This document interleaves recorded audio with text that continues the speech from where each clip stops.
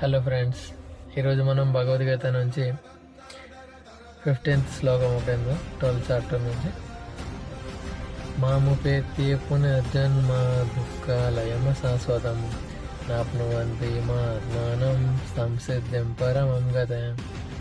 దీని యొక్క భావం ఏంటంటే, భక్తియోగులైన మహాత్ములు నన్ను పొందిన తర్వాత మహోన్నతమైన పూర్ణత్వంను బడిసిన కారణంగా ఈ తాత్కాలిక జగత్తుకు ఏనాడో తిరిగిరారు అని ఇలా శ్రీకృష్ణుడు చెప్పాడు.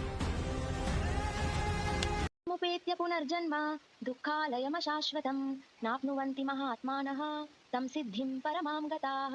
భక్తి యోగులైన మహాత్ములు నన్ను పొందిన తర్వాత మహోన్నతమైన పూర్ణత్వంను పడిసిన కారణంగా దుఃఖపూర్ణమైన ఈ తాత్కాలిక జగత్తుకు ఏనాడూ తిరిగిరారు.